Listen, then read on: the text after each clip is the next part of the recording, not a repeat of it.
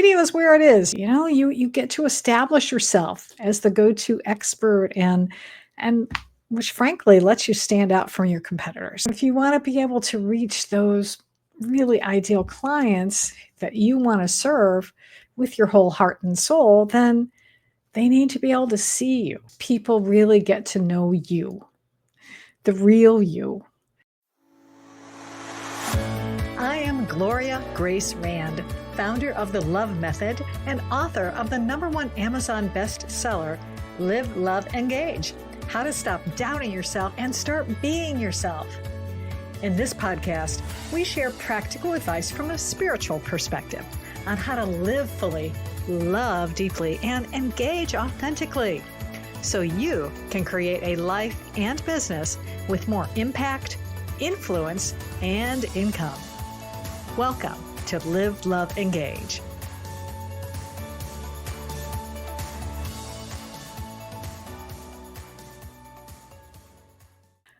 Namaste. Ageism, self-doubt, digital overwhelm. These are just a few of the reasons why women over 50 may be hesitating to go on camera. But what if the world is missing out on their wisdom? So if this is you, I hope you will tune in and keep listening, because we're going to be talking about breaking down those barriers and changing the face of entrepreneurship. But first, as always, I do want to welcome you to Live, Love, Engage, especially if this is your first time joining us. I am Gloria Grace, founder of Align to Shine Academy, and I empower women over 50 to overcome life's challenges so they can embrace who they are, lead boldly, and shine their light in the world. Because we need you to do that. We need everybody to shine their light in the world, no matter how old you are. But since I'm over 50, I have a particular soft place in my heart for that demographic. So let's dive into this. Well, let me tell you a little bit about my story first. So I was not always confident to be on camera. And what's interesting is that my background is even in television, but I was working behind the scenes. But then when I started my business, I became an SEO copywriter. And when I was starting my business, video was coming into the forefront. And so I had to get over myself and start showing up on camera, which was fine for the first few years until 2016. And that was the year that I lost my sister to cancer. And that threw me for a loop. And that grieving process that I went through the whole next year, almost really a couple years, but definitely that first year, I didn't want to show up on video. I didn't want to show up online, period. I mean, let alone, because I used to be a blogger, a regular blogger. I would send out weekly emails. I let a lot of that stuff go. And for sure, I didn't want to show up on camera. And it took me a while to finally be able to get back going again. So we're going to talk about this today because I really feel that you need to be out there. I mean, let's face it, video is where it is. Video shorts and long form video, short form video. But how can you be confident about it especially when, life throws you a curveball?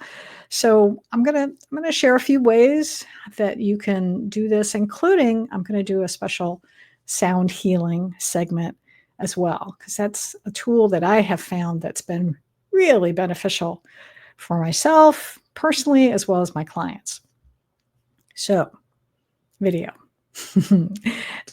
And being the face of your business, it is a powerful way for you to really demonstrate your expertise. You get to establish yourself as the go-to expert and which frankly lets you stand out from your competitors. Because depending on whatever your business is, you probably have a lot of competition.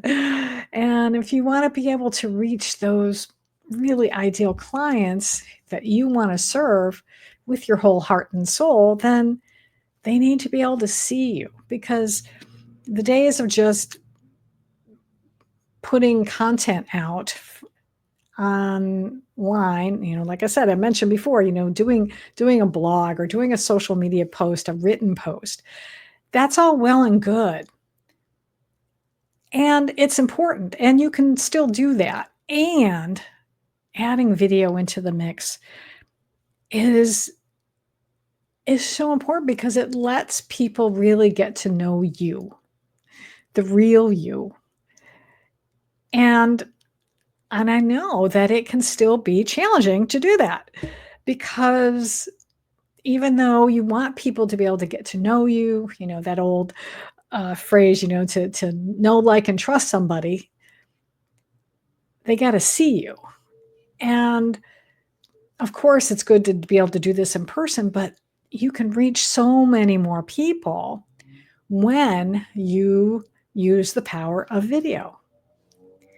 And whether that, again, is recording short videos, or let's say doing a webinar or a masterclass, or doing a live stream, like I have been known to do, or recording, videos and putting them up on YouTube. Remember, YouTube is like the second most popular search engine after Google, I think. Not sure that's exactly true, but people go to YouTube to find solutions. And if you have the solution to someone's problem, you want to be on YouTube. You want to have some sort of videos up there. And yes, you can do videos that don't show your face. And I would include some of those as well. But showing yourself, allowing yourself to be vulnerable and be on camera, no matter how old you are, is really, really good. And let's talk about why. Let's talk about why actually, I should say, I think I've already done that, but let's talk about why you may not be taking advantage of video as a marketing tool, and on also why life's challenges, like grief, for instance, like I mentioned at the beginning, how that can also exacerbate things, really make that self-doubt you may be experiencing, or even the digital overwhelm, how it can make it worse, really do that. So I mentioned at the beginning, I said ageism. Yes, that old thing. We, especially here in the West, it's been such a youth-focused culture that we have, where that everything is geared towards, or seems to be geared towards, appealing to younger demographics. However, if you do research in this, you'll find that as we get older, and especially women, that we have a lot more buying power. And if you are an entrepreneur over 50 and you want to even appeal to our demographic, women, let's say over 40, then that is a good demographic to appeal to, because they have more disposable income usually, and even if not, they are the ones who, in a family, typically, now there's always exceptions to the rule, but typically they are the ones who are in charge of spending decisions, buying decisions. So I think I got away a little bit from ageism. Okay, so here's the thing. Even though we are an important demographic and we have this buying power, we're still not always valued by the overall culture. And so because of that, it reinforces this idea, somehow that we are less relevant, and it can make self-promotion feel daunting. And then you add into it, when you're trying to grow a business, you also have this renewed need to prove yourself. And being on camera can trigger that self-doubt. And I know this is, several years ago, I actually ran a challenge. I think it was called the Be True to Yourself video challenge to help women to be more confident on camera. And I was so thrilled when I know several people who were in that challenge really did gain the confidence to do it. And they started showing up online, doing videos, and it just made me so happy. And maybe one of these days I'll run that challenge again, because it really was a powerful tool. And I'm going to go into in more detail some tips about how you can be more confident in a moment. But let's stay with sort of what keeps you perhaps from doing that. So if you feel that perhaps your previous achievements are being overlooked or undervalued as a business owner, that can be one of the challenges that you might be having. And again, especially if maybe you're newer in business, it can be intimidating to show up as that expert, even though you may feel very confident in yourself. But there's something about this going on camera that just triggers camera shy is the phrase I'm thinking of. It brings up this uncomfortableness. So actually, I'm gonna teach you one tip right now of how to overcome that. So number one, and we'll get to some more later, but I just felt I'm feeling called to share this right now. So the best thing that you can do, you decide that I'm gonna confront this fear, and I'm not gonna let the camera stop me, is to treat the camera as a friend and imagine that you are talking to just one person, and maybe it is your ideal client, or maybe it's your best friend. Picture that person, or just feel that you are speaking to them when you go to record a video.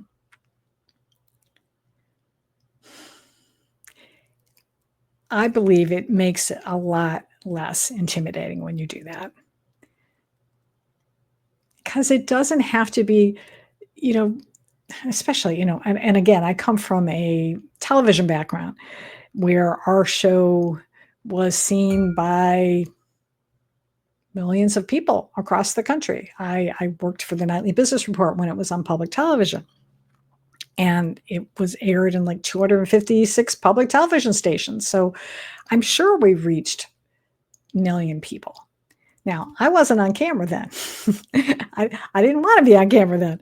And back in my 20s, 30s, I felt uncomfortable to do that. Now, today, I've been doing this podcast now for 6 years. Yes, we're in our sixth season now. And I'm comfortable being on camera. And I really do feel like I'm talking to one person. And that's helped me to be more confident. So we'll get into some more stuff in a minute. But let's see. What else do I want to talk about? Oh, yeah. Okay. So I mentioned digital overwhelm at the beginning. Oh, my. Yeah, I know. I do have lots of friends who are over 50 who are not comfortable with technology. And I get that. And I count myself very blessed that I've always had an affinity for it. And now that I think about it, I think my mom was a good role model in that because, and again, I'm showing my age, but way back when, when computers were first starting to be personal computers, were starting to be much more prominent, but even, okay, this is even going before personal computers. Remember something called a word processor? This was a step up from a typewriter, which is what I first learned how to. I had typing class in high school, yes. Well, then there were word processors, and you had to use floppy disks to be able to do that. But my mom, she, because she wanted to advance in her career as well, she enrolled us in a community college class to learn how to do this stuff. And she wasn't afraid to embrace technology. We got a VCR when I was a kid, and we're able to, record programs off of the television. Now, because she was older, she was 37 years older than me. She had me late in life.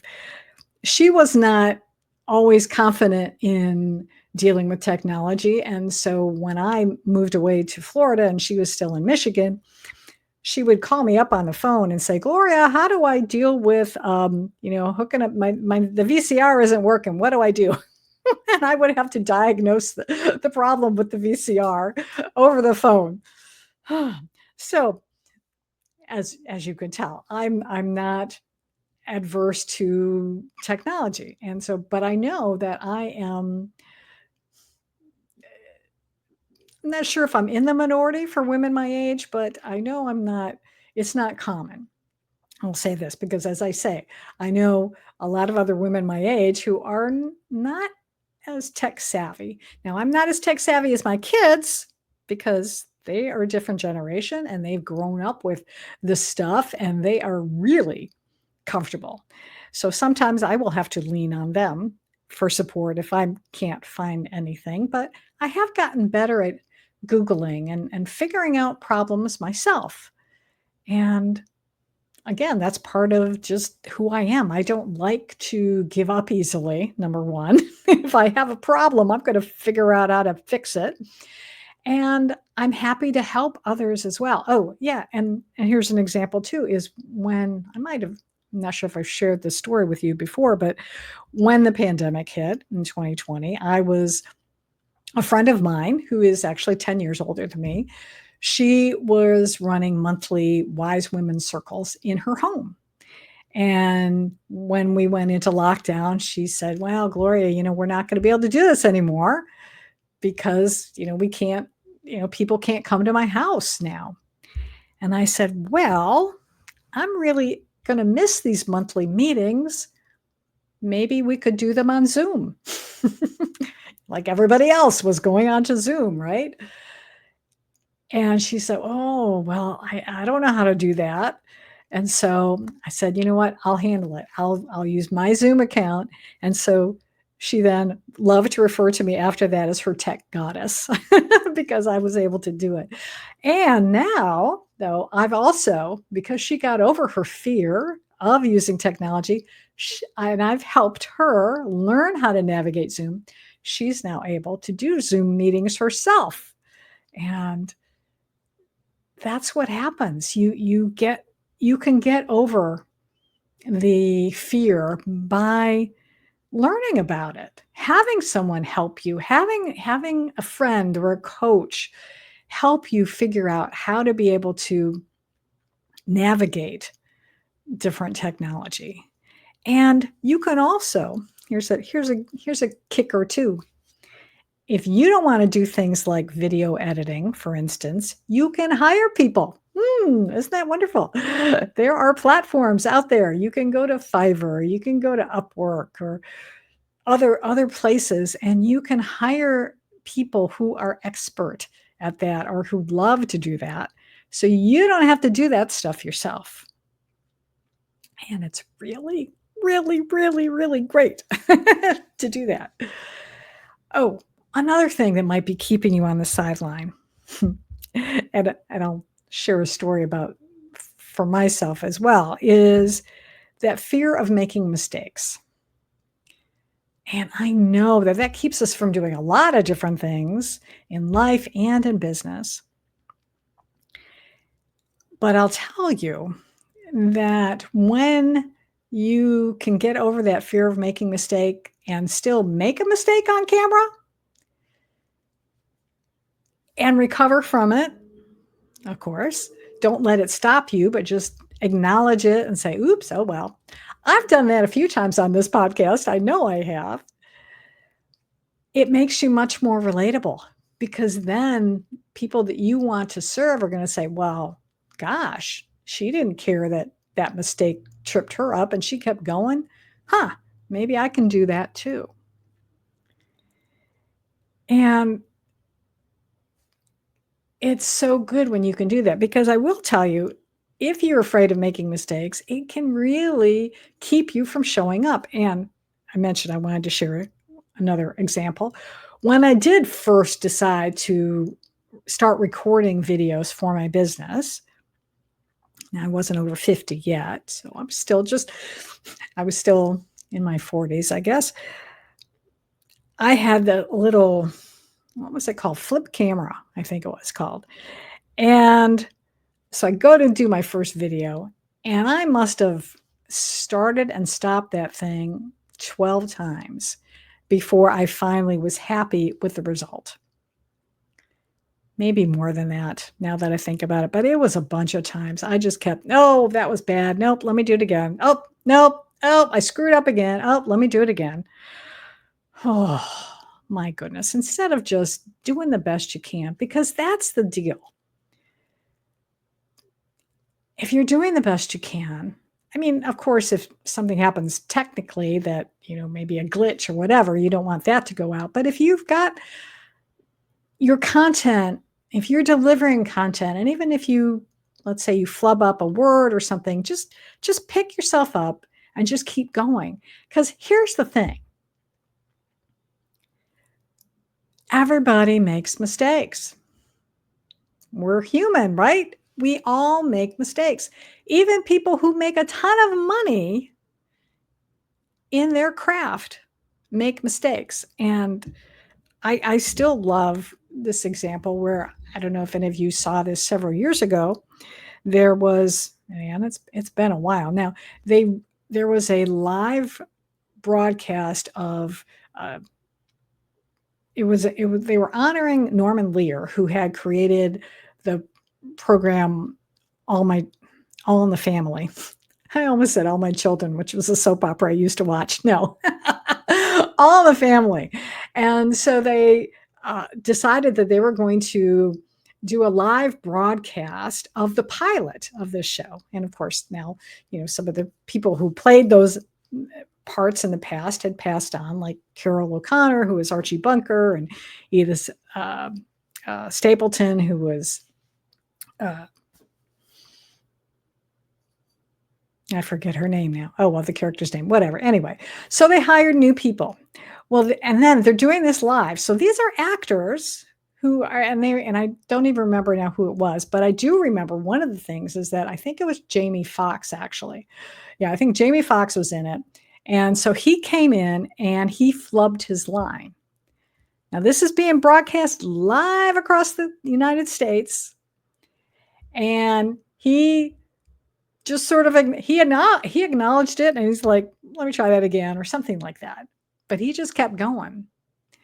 And well, heck, if you watch Saturday Night Live, I mean, that's a live show too. And they're always, you'll see people kind of flubbing up, and then the cast members are trying to hide their, laughter at something not going right.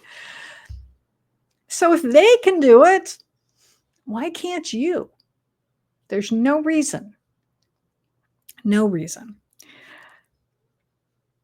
Okay, I'm just going to go over a few more things about what can also trip you up, just so you're aware of this, because you might be listening and going, well, that's not me. That's not me. No, I'm okay. All right, some other things that might be are maybe the idea of someone not liking you, that judgment, someone making a negative comment about you, or maybe they don't like your appearance. Maybe, maybe you've got too many gray hairs showing or wrinkles. That might keep you from showing up. Don't let it. And I know also sometimes again, older women aren't always represented well in the media and advertising, and that can also sort of reinforce these feelings of not belonging or not being the right face for your business. Don't let that stop you. Now, I also mentioned at the beginning that sometimes life's challenges can also get in the way. Grief can get in the way. And it can be, or maybe even just simple exhaustion. Maybe you're trying to balance being a caregiver. Maybe you're trying to take care of your elderly parents now. Or just trying to run a house. Or maybe dealing with your kids. Maybe they're still at home. Maybe you're not an empty nester quite yet. Some of that can be weighing on you, but also grief can really deplete you emotionally and make you feel more self-conscious and disrupting focus. Oh man, yeah,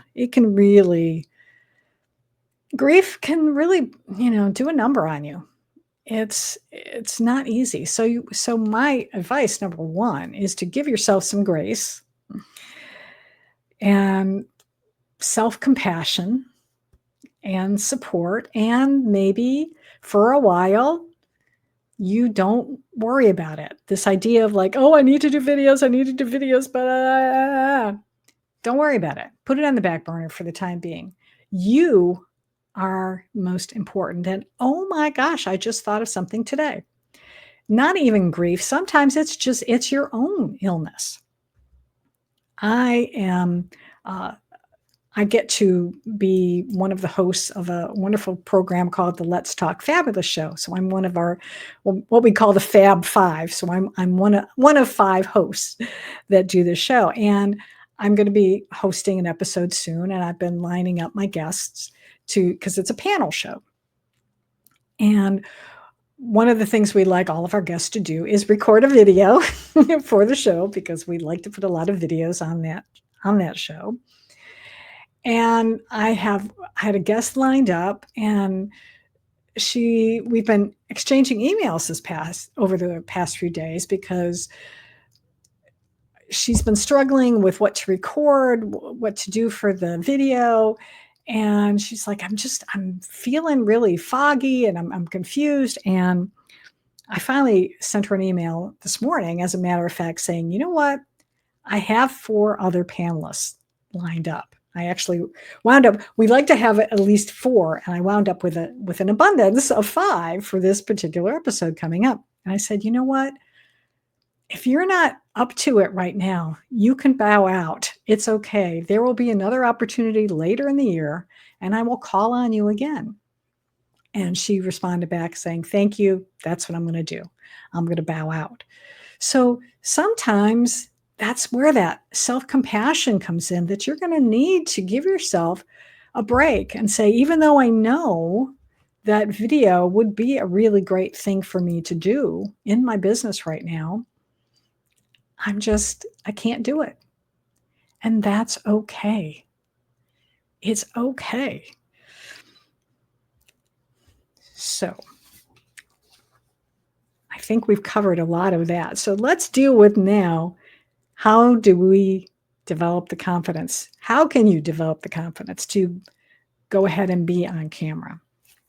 So one of the things I teach in my Align to Shine Academy is what I call the LOVE method, or LOVE is an acronym, LOVE. So that would be one thing I would recommend to do, is to, and I'll go through some of these steps are really important. So the first one is to let go and let God. And so, letting go of the fear, which I know sounds easier said than done, right?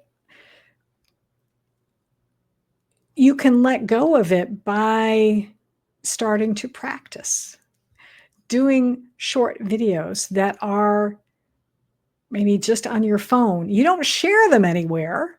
but you just start recording them. And then maybe you can share them with a friend who can give you some feedback. But this is what I was talking about earlier when I did this video challenge. Is in the video challenge every day, I asked them to record a short video, and they shared it. We had this private group, and it was a very small, intimate group of women. I think we had, I don't know, a half dozen people in this group in the challenge at the time. And I asked them to comment on everybody's video with what they saw that they liked. You know, it's easy to go down the, oh, you did that wrong, oh, you did that wrong, but to really pay attention and look for what they did right, because as humans, we like positive reinforcement. And frankly, positive reinforcement is what gives you the confidence to keep moving forward. So practice. Let go of your own expectations of how it's going to come out. Let go of that need to be perfect the first time out. You're not going to be, so don't worry about it. Just let it go. And turn it over to God, source, whoever, and just ask for that support. Every time I do this podcast, before I start, I ask and say, you know, help me to be the best that I can be today. Help me to deliver the message that my audience needs to hear. So do that, because setting an intention like that is really powerful. And here's something else. I'm looking at my notes, but I realized I didn't write this down. But here's something else that I've had other coaches teach me to do, is to get your energy up before you're going to record. So actually earlier this morning, I had on some ABBA, greatest hits music. I love ABBA. So I was like, you know, jamming to Dancing Queen and all those other wonderful songs, you know, Waterloo and Fernando and all that great stuff. So get your vibe up before you go to record. That's going to help you to really show up good, because that's the thing too. If you know, I already talked about if you're not feeling well, but if you're in kind of a funky mood and then you go to record, well, I can just about guarantee that video is not going to be effective. Your audience is going to feel that energy that is not great.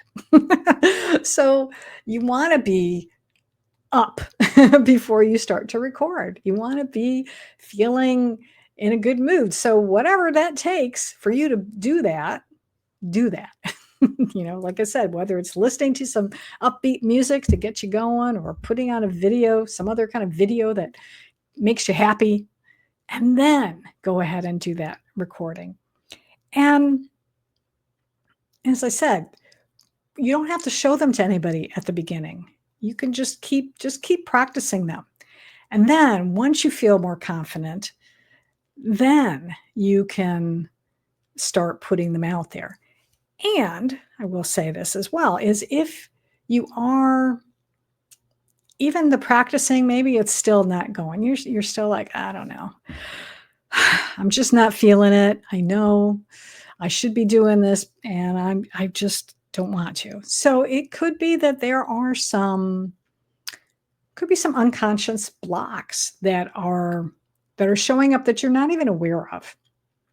And that's why you're struggling. So this is where hiring a coach can be really powerful, and to be able to talk to them, because a coach can be really good at seeing your blind spots, and they can help you uncover what's going on. The other thing that I have found is looking into alternative healing modalities. You know, something like Reiki, for instance, or theta healing. I've worked with a theta healer before. That can be really helpful in helping you to sort of connect with yourself and to be able to release what's holding you back. The other thing, actually, I'm going to come back to one other healing modality that I mentioned at the beginning. Spending time in quiet time by yourself, meditating, journaling, especially the journaling could be really helpful here. And spend some time journaling. What am I afraid of? Why am I reluctant to let myself be on camera? And just free write. Don't try to find the answers right away. So just say, I'm really frustrated because I want to be able to do this video, but I'm just feeling really fearful about it and I don't understand why. And I really hope that someday I'm going to be able to figure this out. And as you keep writing, just don't let yourself stop. Just keep writing, even if you're like, I don't know what to say. I'm really fearful about this. And then I remember that when I was a kid, somebody told me no or something. When you allow yourself to get into this flow, the answers, maybe even a surprising answer, may come through. And you'll be like, oh, maybe that's why I'm reluctant. And at that point, then you're going to have to discern for yourself, is this something that I can get over myself, or do I need to have somebody help me? And then that can be, as I said, a coach, or even, a therapist, perhaps, if it's some trauma, perhaps a really significant trauma that a professional therapist might be the person to turn to help you with that. Or, as I mentioned, alternative healing tools. So the one that I have found that has been so helpful and beneficial for me is what's called light language. And this is a unique sound healing modality that I speak it and I sing it, and it is something that comes through me from different realms. It's a multidimensional form of communication. And so again, you suspend your disbelief about this. To me, ultimately what it is, it's an energy of love. And being able to share this, again, it's something that your left brain doesn't understand. That logical side of you is going like, what is she saying? What is she singing? I don't understand it. It sounds like, I don't know, what kind of crazy language. Doesn't matter. Don't worry about it. It's meant for the right side of you. The right side of your brain, really, actually, it's meant for your soul. It's something that speaks to your heart. It speaks to your soul. And I have found that it's really powerful tool to be able to break through those blocks that you unconsciously may be carrying around that maybe not even are yours. It could even be ancestral trauma that you are still holding on to, because we do hold on to that. It's been scientifically found that there is generational trauma that is held in our DNA.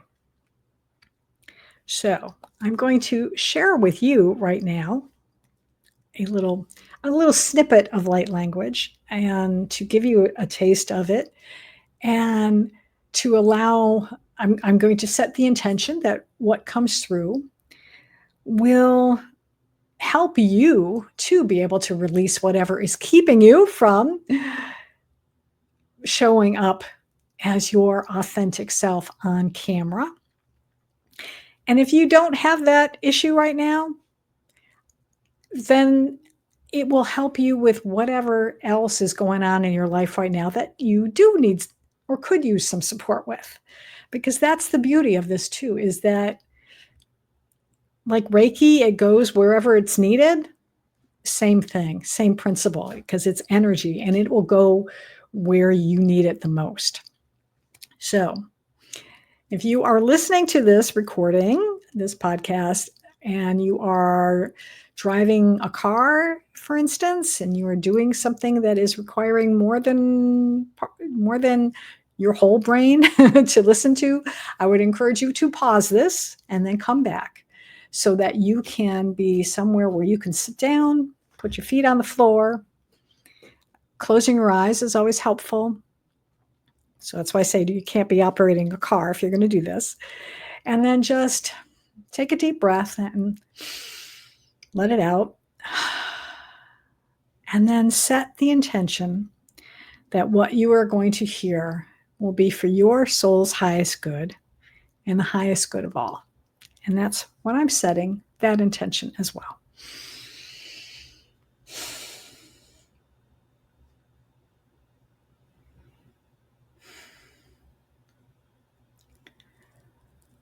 𝘵𝘪𝘵𝘏𝑒𝑛𝑎 𝘵𝘰𝘮𝑗𝑗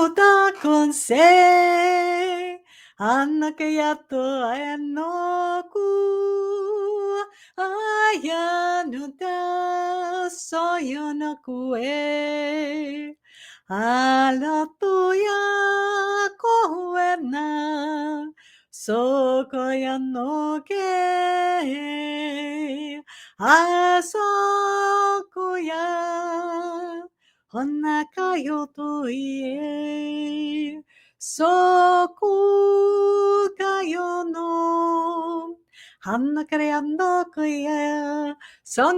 𝘠𝑒𝑡𝑢𝑛𝑚𝑎 𝑛𝑎𝑘𝑎𝑟𝑖𝑎𝑛𝑜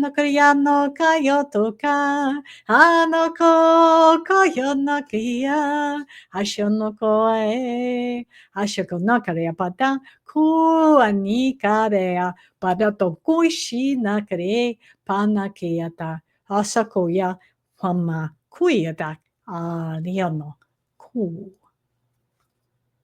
𝑘𝑎𝑦𝑎𝑛𝑜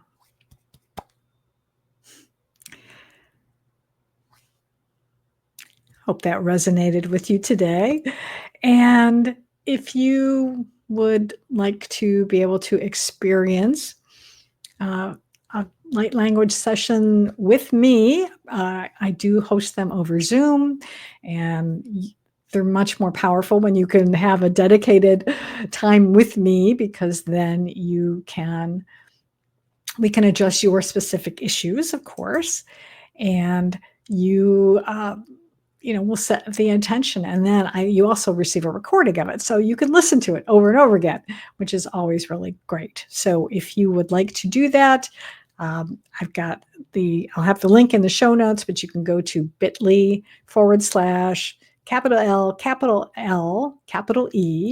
for Live, Love, Engage, and then lowercase podcast and the number 30.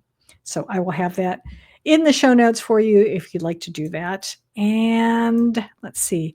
Yeah. So before I close out today, I would encourage you to subscribe to the podcast, because if you're not already, because next week I have a fabulous interview that I did a little while ago with 𝘦𝘯𝘕 and she is a financial therapist and master money coach. And she is going to shed light on how you can embrace abundance without compromising your spiritual integrity. And she's also going to, share some real great tips on how to be more financially prosperous. So you want to make sure you tune in next week for that. And until then, as always, I love to end the show by encouraging you to go out and live fully, love deeply, and engage authentically.